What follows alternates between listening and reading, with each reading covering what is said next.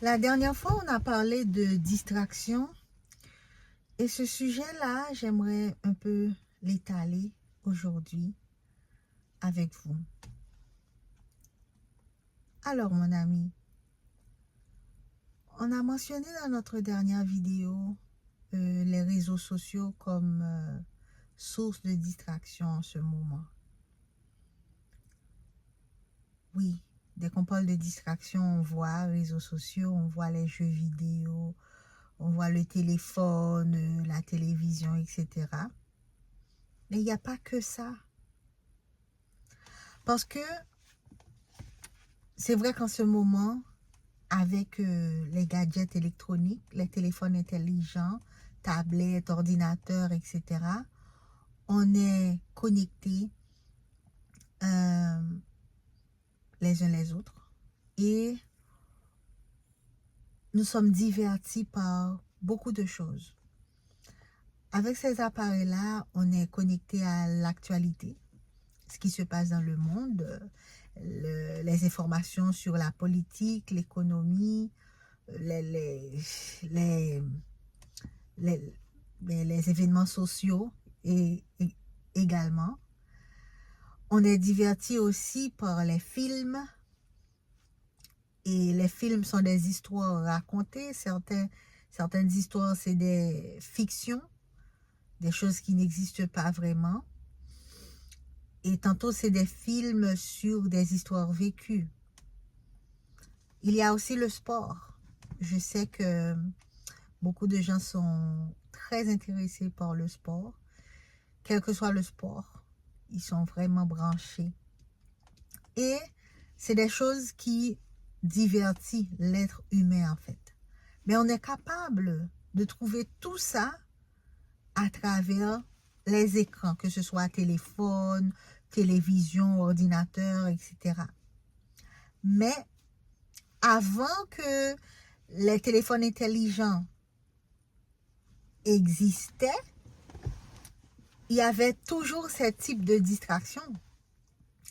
Si on se souvient aux époques des Romains, l'Empire romain, les Grecs, ils savaient vraiment se divertir. On peut lire dans l'histoire où il y avait des parcs avec des animaux, des gens. Bon, en fait, pour certains, c'était très violent. On voyait les gens combattre les animaux, des humains combattre les animaux et éventuellement, les humains étaient morts.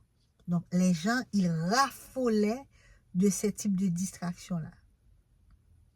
Donc, tout cela pour vous dire que depuis longtemps, l'homme était très intéressé par le divertissement.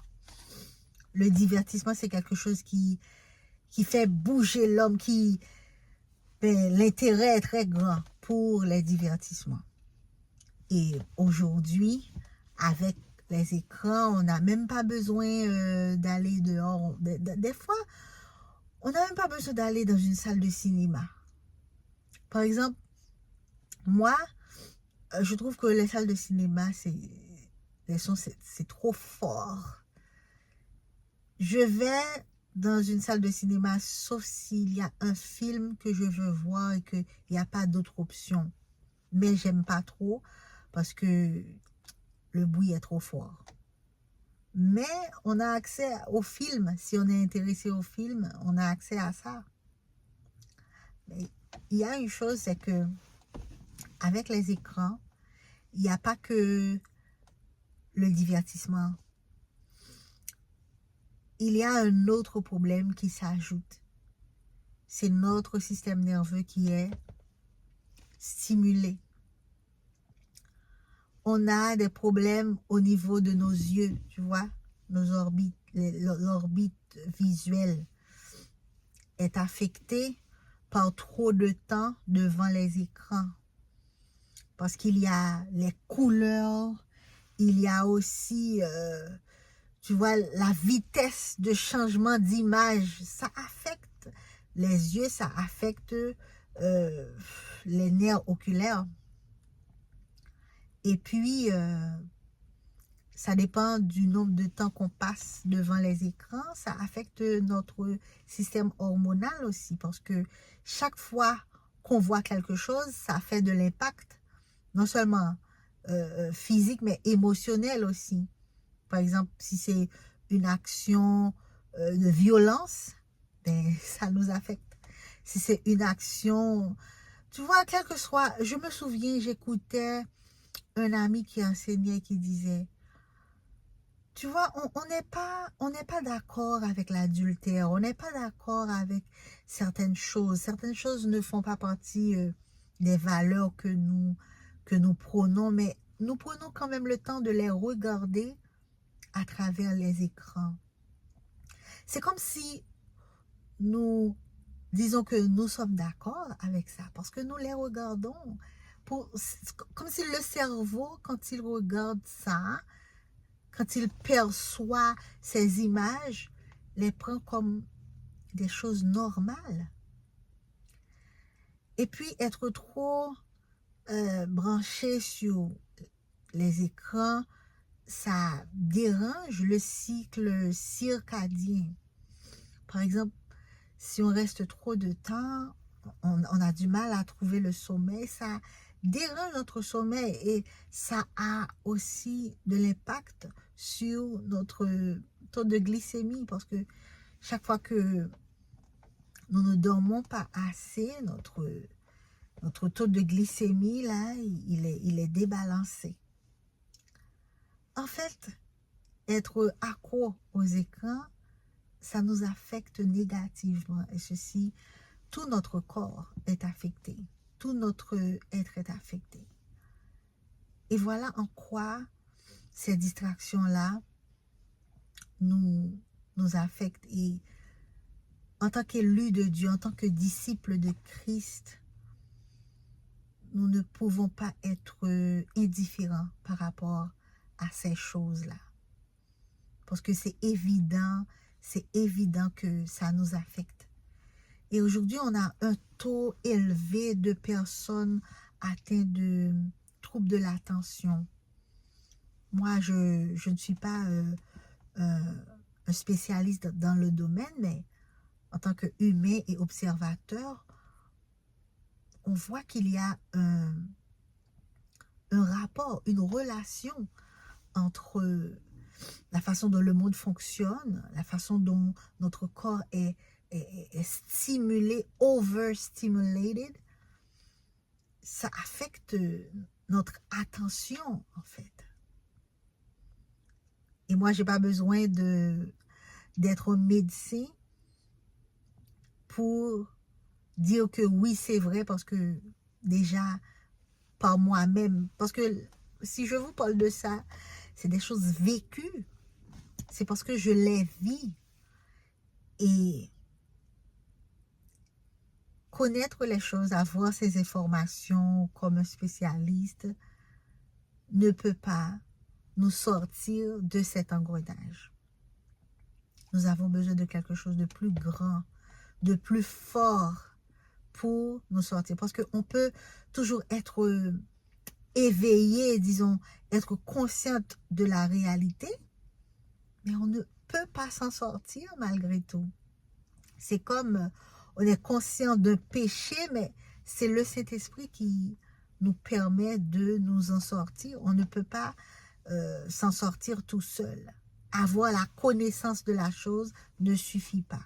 Il faut, comment je pourrais dire ça, l'information ne suffit pas. C'est la transformation qu'il nous faut. Alors, ce siècle de distraction par les téléphones, ça nous affecte tous. Et on peut voir que si on fait un parallèle, une comparaison entre les périodes où il n'y avait pas tout ça, il n'y avait pas autant d'options. Par exemple, un enfant qui est en train de jouer dans sa salle de jeu, il a tellement de jouets, il ne sait pas quoi choisir. Tandis que quelques siècles avant, l'enfant n'avait pas autant de jeux. on voyait que certains créaient, fabriquaient leurs jeux. Même dans ma génération, quand on était petit, on savait fabriquer nos propres jeux avec les couvercles, tu vois, les boîtes de carton. On fabriquait nos jeux de l'aimant, on fabriquait des petits tontons, on les bougeait avec les bouchons de cola ou de boisson. On pouvait faire des jeux avec ça et on s'amusait vraiment, on s'amusait bien. On n'avait pas autant d'options que les enfants ont aujourd'hui. Et moi, je me demande si les générations d'avant n'étaient pas beaucoup plus innovants que les générations d'aujourd'hui, la génération d'aujourd'hui. C'était possible de créer, c'était possible d'inventer quelque chose pour résoudre un problème. C'était plus facile. On voyait ça. Si on lit l'histoire, que les gens, ils inventaient des choses parce qu'il y avait un besoin. Donc, ils se mettaient au travail pour inventer, pour créer des choses. Et nous, il paraît que on a beaucoup plus d'opportunités, mais on crée moins. On a beaucoup plus de spectateurs de la vie des autres. Par exemple, certains qui sont en train de faire les acting, et puis la majorité des gens restent à les regarder, à discuter, à opiner sur ces gens-là qui sont des clones, qui sont des acteurs. Et puis la majorité du monde d'aujourd'hui passe leur temps à regarder ces gens-là, à applaudir, à commenter, etc. Mais où sont les créateurs? Où sont ceux qui créent? On a beaucoup plus de consommateurs. Et n'oubliez pas que l'industrie cinématographique, l'industrie musicale aussi, leur monnaie d'échange, est-ce que je peux dire ça? Ok, ce qu'ils vendent, pardon. Ce qu'ils vendent, c'est des émotions. Par exemple, si tu vas dans un marché de légumes, de fruits, tu vends des fruits, des légumes, tu payes. Mais pour l'industrie des médias, tu payes, et des fois des sommes astronomiques en Internet, pour le téléphone, etc., pour les chaînes de services de télé. Tu payes, mais qu'est-ce que tu reçois? Ben, tu assistes la vie des autres, tu assistes des pièces de théâtre et qui te donnent des émotions, tu vois? Tu donnes de l'argent, tu achètes des émotions. Voilà. On est spectateur de la vie des autres. C'est tout ça la distraction. C'est ma manière à moi pour essayer d'expliquer. Voilà, quand on s'adonne à la distraction, c'est ça en fait qu'on fait. On donne de l'argent et qu'est-ce qu'on reçoit? On regarde des gens faire des choses gratuitement. On est des spectateurs. Et puis, mais en étant des spectateurs, ça ne reste pas là. On emmagasine des choses aussi. Beaucoup de gens peuvent dire on apprend, mais n'oubliez pas que nos sens sont les fenêtres de notre âme. Donc, ce que nous regardons, il y a quelque chose qui entre. Et notre Seigneur, il nous donne cette intelligence en tant que ses disciples de pouvoir réfléchir à ces choses, de pouvoir réfléchir à ces choses de manière profonde. Quand je regarde quelque chose à la télévision, qu'est-ce que ça m'apporte? Parce que mes yeux là sont les fenêtres. Qu'est-ce qui entre? Est-ce que ce qui entre va me servir, va m'aider à grandir? Parce que en tant que disciple de Jésus, on a un autre standard. Dès qu'on a accepté Jésus, on a un nouveau standard. Le standard, c'est le ressembler, avoir les sentiments qui étaient en lui. On est sauvé pour de bonnes œuvres. Alors, ce qu'on regarde, est-ce que ça nous apporte des choses? Est-ce que ça nous apporte un état d'esprit? Est-ce que ça nous apporte quelque chose dans notre âme pour de bonnes choses? Voilà comment le disciple de Christ réfléchit maintenant. Ce que je regarde, ce qui vient à l'intérieur de moi, dans mon âme, est-ce que ça me sert pour le royaume? Est-ce que ça me sert pour les bonnes œuvres que le Seigneur m'a sauvé pour des bonnes œuvres? Alors, la parole de Dieu te permet de réfléchir à ça et grâce au Saint-Esprit, tu es capable de faire le tri. Et donc, pour résumer tout ça, on est tous passés par ce stade où on consomme ce que le monde a à nous offrir, les émotions, les histoires dans le vide, les histoires compliquées, les actualités, les mauvaises nouvelles, on consomme tout ça. Mais aujourd'hui, le message d'aujourd'hui, c'est pour vous dire que maintenant, il faut un peu arrêter de consommer. Arrêter de consommer ces choses que tu as remarqué que ces choses-là ne t'apportent rien pour le royaume. Ces choses-là ne te servent pas à grand-chose. Au contraire, ces choses-là amènent dans ton cœur, ou du moins, ces choses-là génèrent plutôt des effets négatifs. Il est temps maintenant que nous prenions la décision de cesser de consommer certaines choses. Il faut que nous arrêtions de consommer certaines choses pour commencer à créer, pour commencer à transmettre ce que nous avons reçu de Dieu dans sa parole, par le Saint-Esprit. Parce que Dieu nous parle de plusieurs manières.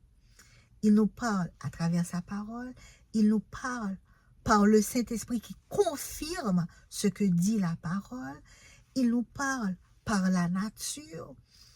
Et des fois, je peux dire que même dans une activité créative que tu as, tu peux voir la grandeur de Dieu dans la nature, dans tout ce que tu fais. Donc, il est maintenant temps que tu crées, que tu transmettes, que tu enseignes aux autres tout ce que tu as appris. Je ne veux pas dire qu'il faut cesser de consommer ce que le monde a à offrir. Il faut tout simplement être habile, être en mesure de choisir qu'est-ce que je prends parmi tout ce qu'il y a à consommer. Qu'est-ce que j'ai vraiment besoin pour ma croissance? Qu'est-ce que j'ai vraiment besoin pour mon évolution, pour mon développement dans le royaume de Christ?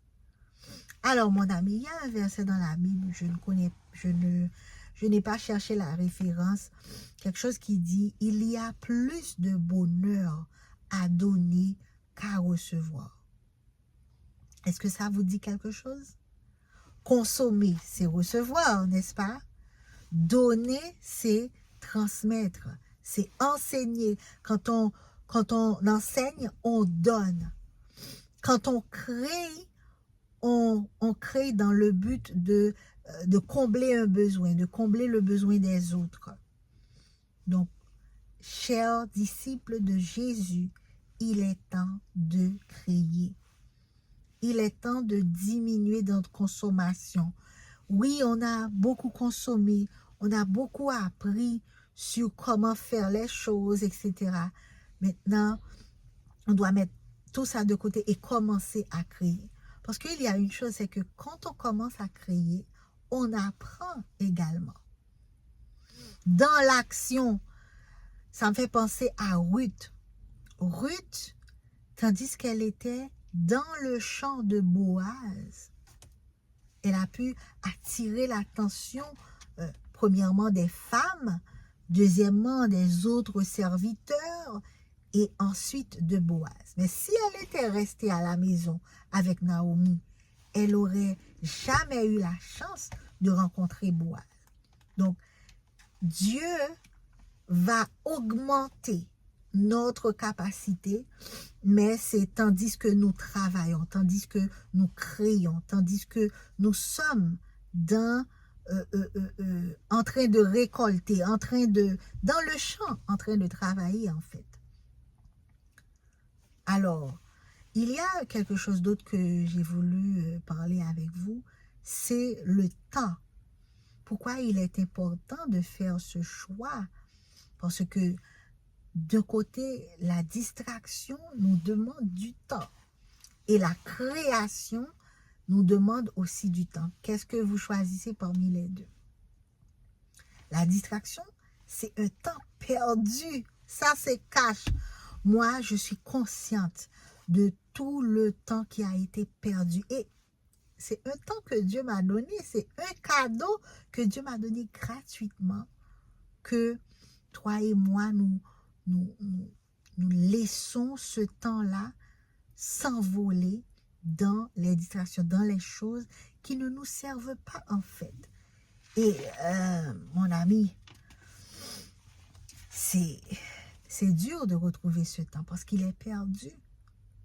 Et le temps, c'est l'unité de mesure de la vie. Alors, je m'explique.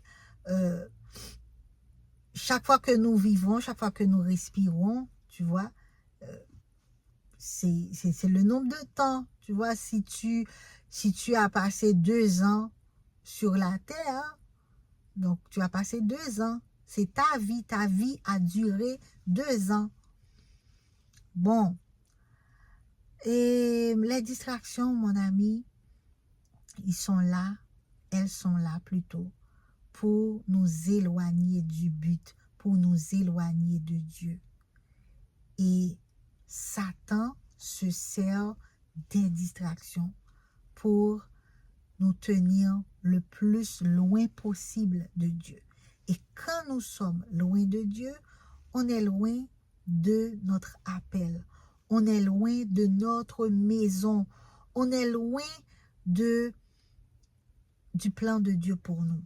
Et c'est ce qu'il veut. Il est content quand il nous voit perdre notre temps, quand il nous voit jeter notre temps précieux par la fenêtre. Voilà. Les distractions sont là pour nous éloigner du but. Mais il n'y a pas que les distractions avec le téléphone, les jeux, divertissements. Il n'y a pas que ça, mon ami. Et c'est là que je vais vous demander d'ajouter dans les commentaires les autres formes de distraction qui vous passent par la tête. Parce qu'il n'y a pas que le divertissement comme distraction. Moi, je veux attirer votre attention sur des relations confuses. Par exemple, Satan peut nous entraîner dans des relations vraiment compliquées. Beaucoup de gens utilisent le mot toxique pour parler de ce type de relation, mais moi, je préfère le mot confuse. OK? Si je dis relation confuse, c'est la même chose, relation toxique. Les relations confuses nous tiennent loin, loin, loin de Dieu. Surtout si nous donnons beaucoup d'importance à ces relations-là. Ces relations nous gardent dans des attentes inutiles. On attend que l'autre soit au même pied d'égalité que nous. Mais ça ne marche pas. C'est un temps qui est perdu. On passe le temps dans ces relations inutiles, dans ces relations confuses, à jouir d'une illusion. Nous pensons que nous sommes heureux, mais non, on ne l'est pas. On est en train de vivre dans une illusion. Tout est faux. Ça, c'est du temps perdu.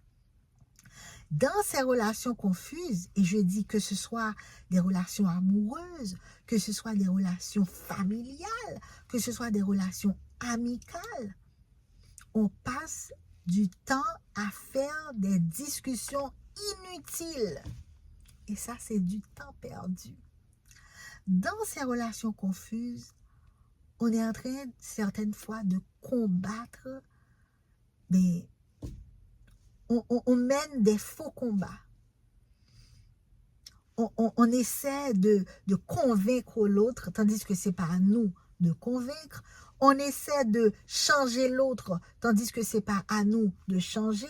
Donc, les relations confuses nous épuisent. Les relations confuses nous font perdre du temps. Et l'ennemi, il adore ça, il aime ça. Mais toi et moi, Dieu nous éclaire les yeux. Il nous communique la vérité à travers sa parole. Et je me souviens dans les épîtres de Timothée, dans l'un des épîtres de Timothée, Paul parlait avec Timothée de certaines personnes qui il y aura ce type de personnes dans les derniers temps. Et quand on parle de personnes, on parle de relations. Imagine que quelqu'un est avare, méchant. Il a donné beaucoup de caractéristiques de ces personnes. Et Timothée devait être conscient de ces types d'individus. Donc, c'est des individus, c'est des personnes qui te font perdre du temps. Et nous avons vu à travers la Bible l'exemple de Jésus. Jésus ne perdait pas son temps à essayer de convaincre les gens. Il ne voulait pas, il passe à autre chose parce qu'il avait sa mission. Le jeune homme riche, il n'était pas d'accord pour donner sa fortune aux autres. Eh bien, il est parti et Jésus ne l'a plus revu. Jésus a continué sa mission. Et quelque part, Jésus a dit aussi qu'il ne faut pas donner vos perles aux pourceaux. C'est-à-dire que vous avez des choses à l'intérieur de vous pour le peuple de Dieu, pour le corps de Christ. Mais vous êtes en train de donner tout cela à des gens qui ne sauront pas quoi faire avec. Donc, c'est du temps qui est perdu dans ces relations confuses, dans ces relations toxiques. Et l'ennemi, il veut nous entraîner dans ces engagements-là. Certaines fois, c'est un mariage. Et quand tu sais qu'un mariage, c'est quelque chose qui doit durer dans le temps, tu es en train de souffrir juste parce que tu veux garder l'alliance avec la personne en question. Mais c'est une relation confuse, c'est une relation qui te fait perdre ton temps avec des attentes inutiles, etc. Alors mon ami, quand nos yeux sont ouverts par la vérité de Dieu, on réalise à quel point on a perdu notre temps. Quand on a vécu pour atteindre les objectifs terrestres. Paul, à un moment donné, celui qui a donné toute son énergie dans l'observation de la loi, à défendre les choses ayant rapport à la loi, à un moment donné, quand il a compris la vérité, il a dit que je regarde tout cela comme de la boue. Paul, il ne l'a peut-être pas dit qu'il a perdu son temps, mais quand il a compris, quand il a reçu le Christ, il n'a pas hésité à recevoir le Christ. à travailler pour lui. Parce que il n'a pas dit, oh, je laisserai pour 2 mois, je laisserai pour 3 mois. Non, non, non. Il a reçu le Christ et immédiatement, sa vision de la vie a changé automatiquement. Il a compris qu'il perdait son temps en défendant des choses inutiles. Et quand, en tant que disciple de Christ, on réalise qu'on a perdu notre temps à satisfaire notre ego, et mes amis, il y a une chose, c'est que quand on est distrait, quand on est en train de perdre ce temps, notre cerveau emmagasine des choses à notre insu. Et c'est difficile que ça parte.